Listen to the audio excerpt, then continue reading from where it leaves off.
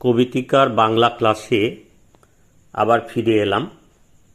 আমার আজকের আলোচ্য বিষয় নেট সেট ছাত্রছাত্রীদের জন্য প্রভাত কুমার মুখোপাধ্যায়ের একটি গল্প কুরানো মেয়ে। এই কুরানো মেয়ে গল্প থেকে কী ধরনের প্রশ্ন আগামী নেট পরীক্ষায় আসতে পারে সেই নিয়েই তোমাদের আজকের আলোচনা। প্রথমেই মনে রাখো, কুরনো মেয়ে গল্পটা ভারতী পত্রিকায় আষাঢ় সংখ্যায় 1306 বঙ্গাব্দে প্রকাশিত হয়েছিল। কুরনো মেয়ে গল্পটা 4টে পরিচ্ছেদে বিভক্ত।